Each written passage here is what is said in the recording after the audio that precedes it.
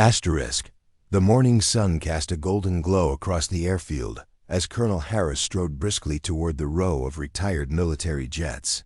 He had been invited to inspect a set of old aircraft that were about to be auctioned or scrapped, depending on what the restoration crews found.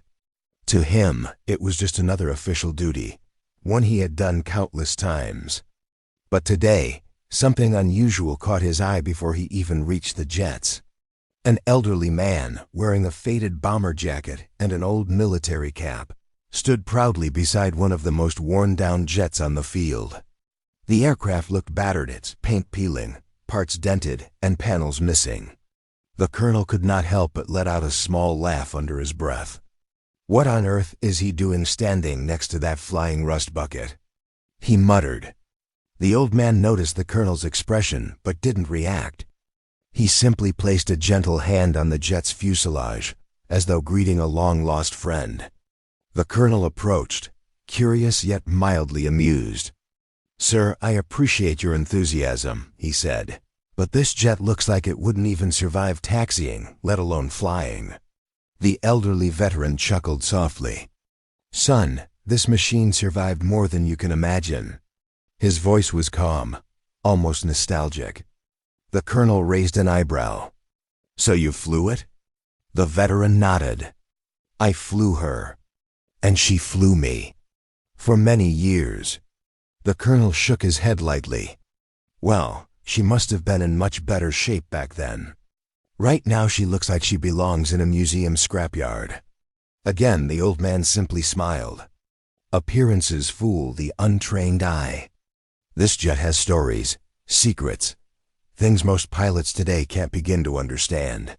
Intrigued but still unconvinced, the colonel took a slow step closer and walked around the jet, examining the dents, scratches, and worn-out metal. "What squadron was this from?"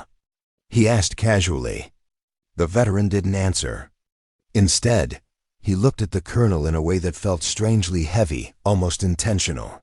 "They used to call us Ghost 7, he said at last. The colonel froze. His smirk faded instantly. He had heard that name before. Every pilot had.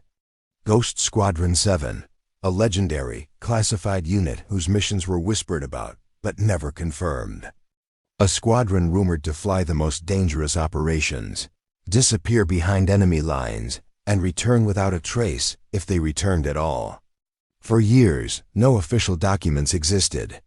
No photographs. Only rumors of impossible missions completed by pilots who never sought recognition. Ghost 7? The colonel repeated, almost in disbelief. The old veteran simply nodded. "This jet," he said, patting the aircraft again, "was one of the few that made it back from Operation Shallow Night." The colonel felt his heartbeat quicken.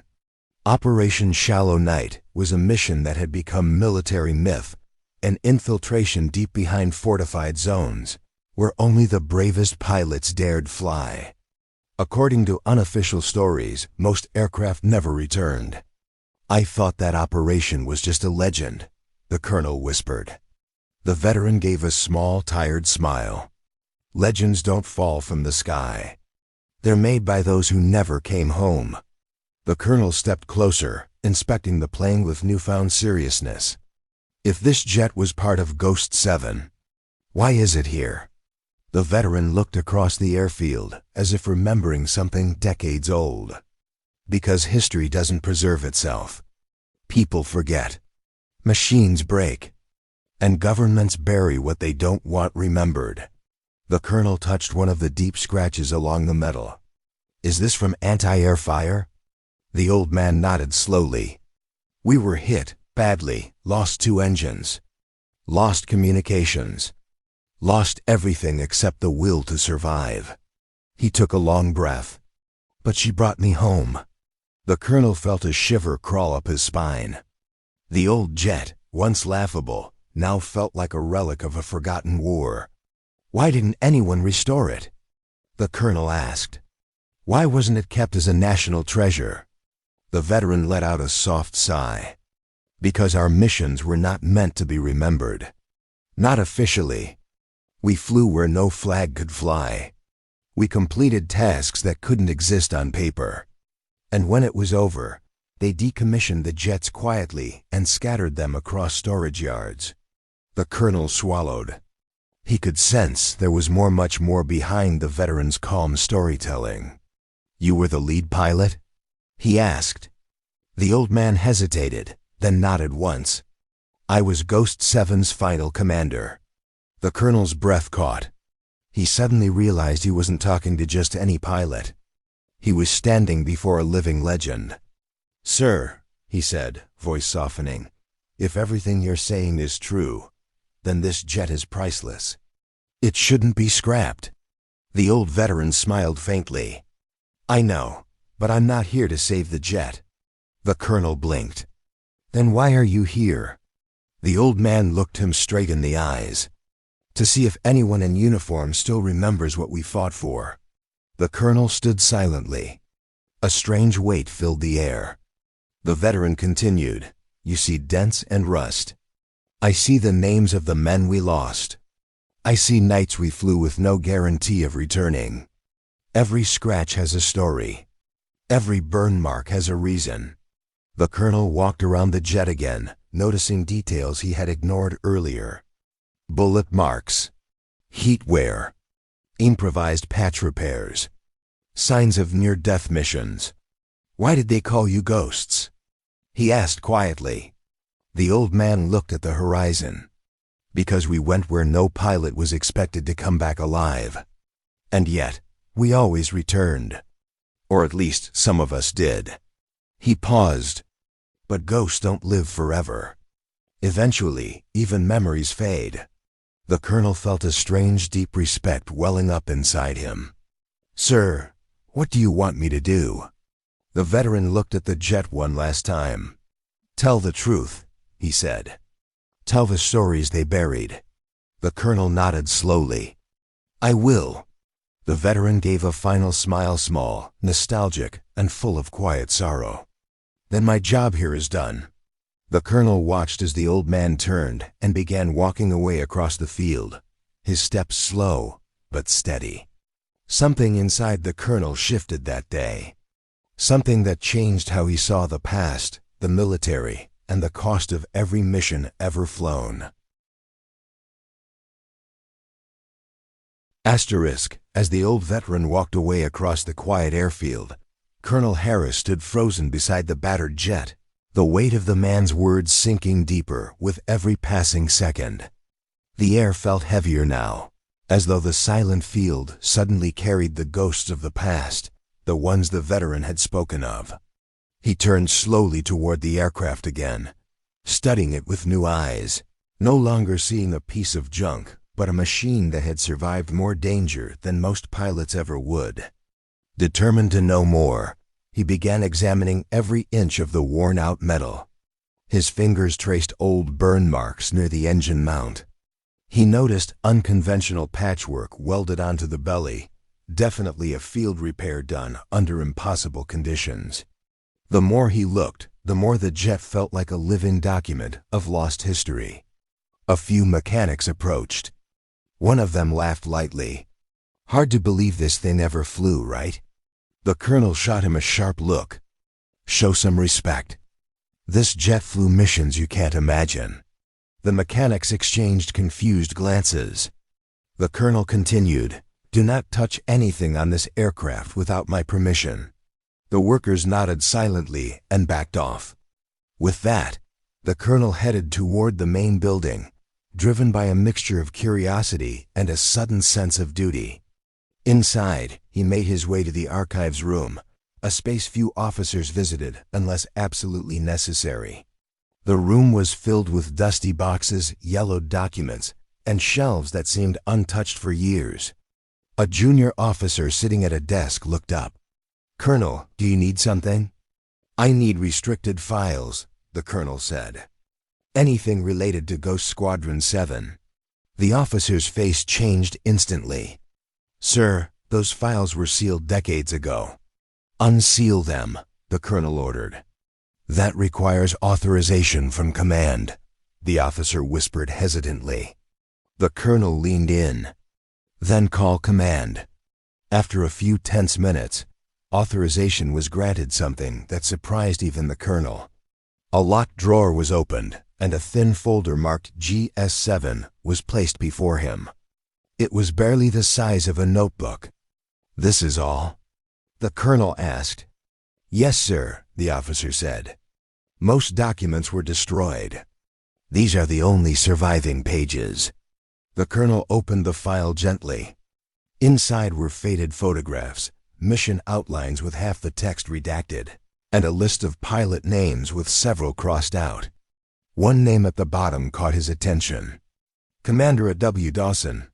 The colonel closed his eyes briefly. So that's his name. He had not asked the veteran earlier, but now the truth was in front of him. The man he had laughed at was not just a pilot. He was the last commander of a squadron that officially never existed. The colonel read through the surviving mission reports. One described the night infiltration where the squadron had to fly through intense missile zones with zero backup.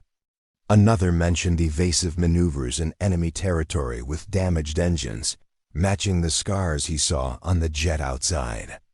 And finally, there was the nearly redacted file of Operation Shallow Night. The little text that wasn't blacked out described extreme risk, unpredictable defenses, no expected return. Estimated success rate, 7%. The colonel felt a chill. But the most striking part was a short handwritten note at the bottom, almost missed among the faded papers. Ghost 7 survived. Jet compromised but airworthy. 2 men lost. Commander Dawson refused evacuation. Returned under zero visibility. The colonel exhaled sharply. This single line confirmed everything the veteran had said. He closed the folder slowly, holding it with a newfound reverence. Ghost 7 was not a myth. The old man was not exaggerating. And that broken jet outside was the last living proof of a silent war. The colonel knew he had to find Commander Dawson again. He rushed outside to the field, scanning the area where he had last seen him walking. But the veteran was nowhere in sight. A security guard noticed the colonel's urgency and pointed toward the parking lot. "Sir, the old gentleman left about 5 minutes ago." He didn't say where he was going. The colonel stared at the empty road beyond the gates. He felt a strange guilt settle in his chest, guilt for laughing, for doubting, for not recognizing a hero the moment he stood before him. But guilt alone was not enough. The colonel turned back toward the aircraft. A decision was forming within him, one that would change the fate of the forgotten jet forever. "Call Restoration Command," he ordered the nearest staff sergeant. "Prepare a secure hangar. This aircraft is no longer being scrapped. It's being preserved." The sergeant blinked in confusion. "Sir, this thing?" "This relic," the colonel corrected firmly, "is a national treasure." Within minutes, the jet was carefully moved into a covered hangar. Mechanics surrounded it, not with jokes this time, but with silent respect. The colonel supervised every step. "Handle it like a wounded soldier," he instructed. As work began, the colonel stood aside, thinking deeply. The more he replayed the veteran's words, the more he understood what Commander Dawson meant when he said he came to see whether anyone remembered. And now someone did. Hours passed. As evening approached, the colonel sat alone in the hangar beside the jet. He placed a hand on its worn metal surface. "I promise," he whispered, "your stories won't be buried again." The next day, before sunrise, the colonel visited local veteran directories. Trying to locate Commander A.W. Dawson, it took time. Many of the records were outdated. At last he found a possible address, a small quiet home on the outskirts of town. The colonel drove there immediately. When he reached the house, he saw the same old veteran sitting on a wooden chair on the porch, sipping tea as the morning breeze rustled through the trees. The veteran looked up as the colonel approached. "You came," he said simply. The colonel nodded. "Sir, I owe you an apology." Commander Dawson chuckled lightly. "For what?" "For laughing at your jet. for not recognizing who you were, for forgetting what my own uniform stands for." The veteran shook his head. "You didn't forget. You just didn't know. And now you do." The colonel straightened. "Your aircraft is safe now. It's being preserved, restored, documented. The world will know what Ghost 7 did." For a moment, the veteran's weathered eyes glistened. "You don't owe me anything," he whispered. "But I'm grateful someone still cares." "Sir," the colonel said softly, "the world should have thanked you decades ago." Commander Dawson looked at the rising sun. "We didn't fly for thanks. We flew so others could live." The colonel felt those words settle deep in his soul. After a long silence, he asked, "Will you help us? Tell the stories? Share what really happened?" The old pilot took a slow breath. "If it means the truth finally sees daylight." "Yes," the colonel smiled with relief. "Then let's begin." For the next several weeks, the colonel arranged interviews, documentation sessions, and restoration work. Every day, Commander Dawson visited the hangar, placing his hand on the jet's fuselage, guiding mechanics on what each scar meant. He told stories of missions no one had ever heard, missions carried out in silence, in darkness, with the kind of bravery that never made headlines. The hangar transformed from a forgotten storage room into a sacred space of history. Journalists, historians, and military officials visited, each one stunned by the rediscovered legacy of Ghost Squadron 7. One afternoon, as the colonel and Commander Dawson stood beside the nearly restored jet, the old pilot spoke quietly. "When we were out there, we didn't know if anyone would remember us. Sometimes I think the ones we lost are still flying somewhere, waiting for their names to be spoken again." The colonel replied, "Their names will be remembered. Because you remembered. And now so will we." The restoration was completed months later. A grand ceremony was held at the National Aviation Museum. Thousands gathered. The jet stood proudly on display, no longer beaten and forgotten, but honored and preserved. At the center of the crowd was Commander Dawson, standing tall despite his age, as applause echoed across the hall. The colonel stepped onto the stage. "Ladies and gentlemen," he announced, "today we honor not just a machine, but the men who flew her. The heroes who operated in silence. The ones known only as Ghost 7. The audience rose in a standing ovation. Commander Dawson's eyes filled with tears, not of sadness, but of peace. For the first time in decades, the ghosts were no longer forgotten. And neither was he. When the ceremony ended, the colonel approached the veteran one last time. "Sir," he said, "thank you for trusting me." Dawson smiled. "Thank you for listening." They shook hands, a soldier of the past and a soldier of the present, united by honor and truth. And as the lights of the museum reflected softly off the restored jet, it felt as though the spirits of Ghost 7 themselves were finally at rest.